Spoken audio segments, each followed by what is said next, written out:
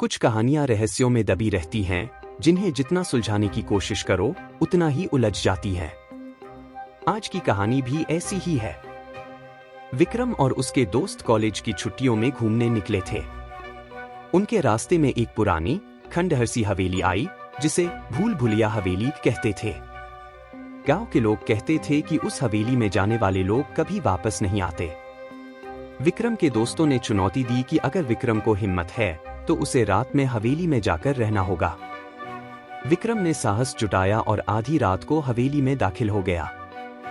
अंदर का नजारा बेहद अजीब था। हवेली में अजीब सी ठंडक थी और हर कोने में रहस्यमयी खामोशी। हवेली के अंदर के कमरे एक भूल भुलैया की तरह थे। वह जैसे जैसे आगे बढ़ता गया, वह रास्ता भूलता गया। हर जगह से दरवाजे थे, पर उनमें से कोई भी बाहर नहीं निकलता था। अचानक एक दरवाजे के पीछे से धीमी, सिसकी भरी आवाज आई। विक्रम ने उस दरवाजे को खोला और देखा कि वहां एक बिन सिर की परछाई खड़ी है। जैसे ही विक्रम ने मुड़कर भागना चाहा, हवेली के सारे दरवाजे अपने आप बंद हो गए। विक्रम अब पूरी तरह से फंस गया था। हवेली की दीवारों पर पुराने जमाने की तस्वीरें लगी थीं, जिनमें लोगों की आंखें उसे घूर रही थीं। अचानक एक पुरानी महिला की तस्वीर से एक आवाज आई, तुमने यहां आकर बहुत बड़ी गलती कर दी है। अब तुम्हें यहां से कोई नहीं बचा सकता। विक्रम डर के मारे पसीने से भीग गया। उसने सोचा कि वह कमरे में कोई खिड़की ढूंढे ताकि उससे निकल सके, लेकिन हर खिड़की के बाहर घना अंधेरा था, जैसे कि हवेली किसी अज्ञात दुनिया में हो। विक्रम जब किसी भी तरह से बाहर निकलने का रास्ता नहीं पा सका, तो उसने हिम्मत हार दी। तभी उसने देखा कि कमरे में धुंधली आकृतियां बन रही हैं।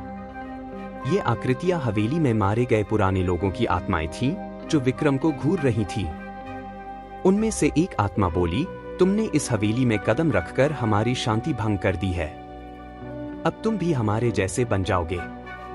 जैसे ही आत्माएं विक्रम की तरफ बढ़ने लगीं, उसने जोर से चिल्लाकर माफी मांगनी शुरू की।